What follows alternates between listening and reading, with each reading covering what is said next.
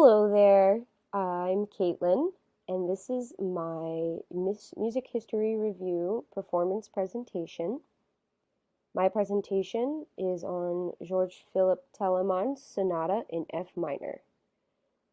For accessibility reasons, I will be reading directly off of PowerPoint slides. For people who are hard of hearing, they can have the written format as well. I'm not quite tech savvy enough to put in my own closed captioning or subtitles, so I apologize. George Philip Telemann was a prolific and cornerstone composer of the Baroque era. He was born in 1681 and passed in 1767. He attended the University of Leipzig to study law. He's been raised in a family with many people who achieved university education or positions in the church. Telemann was naturally gifted and drawn to music, teaching himself composition and multiple instruments at a young age. He was sent to university for law, but he rejected this path because he was recognized for his musical talent and commissioned by the president at Leipzig. His sonata in F minor is comprised of 4 movements: Triste, Allegro, Andante, and Vivace. It was originally composed for either recorder or bassoon with continuo. This sonata is in sonata di chiesa format, meaning slow movement, fast movement, slow movement, fast movement. The first movement is in binary form, the second in compound ternary rounded binary, a mouthful. The third is short and through composed, and the fourth is in binary form as well.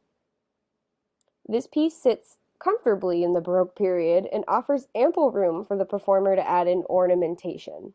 It is expected of a player to make music more virtuosic when it is very repetitive in Baroque music, generally adding the changes into the repeated ideas to make the performance more interesting. I used trills to show contrast in the first movement and added a turn into the cadence of the first movement. I added a tempo increase on the da capo into the second movement to contrast and make it more interesting. And I added reverse mordents on the final notes in both the third and fourth movements in my performance. In the third movement, it is a whole step downwards, and in the fourth movement, the mordent is only a half step downwards. As is common with Baroque performance, the dynamics are restricted to loud and soft, with an emphasis on contrast. I approach the dynamics more like they are nuanced than what is written.